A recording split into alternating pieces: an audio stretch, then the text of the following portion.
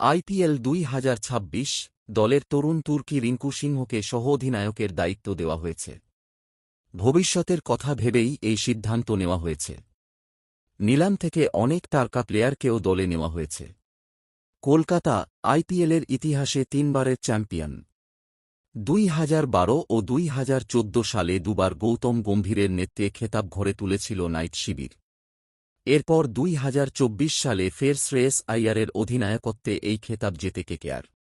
আইপিএলের ইতিহাসে সবচেয়ে সফল দুটো দল সিএসকে ও মুম্বই ইন্ডিয়ান্স। তারা দুটো ফ্র্যাঞ্চাইজি ৫ বার করে আইপিএল জিতেছে। তারপরই রয়েছে কেকেআর। গত মরশুমে অজিঙ্ক্য রাহানের নেতৃত্বে কেকেআর মাঠে নেমেছিল, কিন্তু ভালো ফল করতে পারেনি। এবারও আজ্জুর ওপরই ভরসা রেখেছে টিম ম্যানেজমেন্ট। তবে দলের তরুণ তুর্কি রিঙ্কু সিংহকে সহ-অধিনায়কের দায়িত্ব দেওয়া হয়েছে।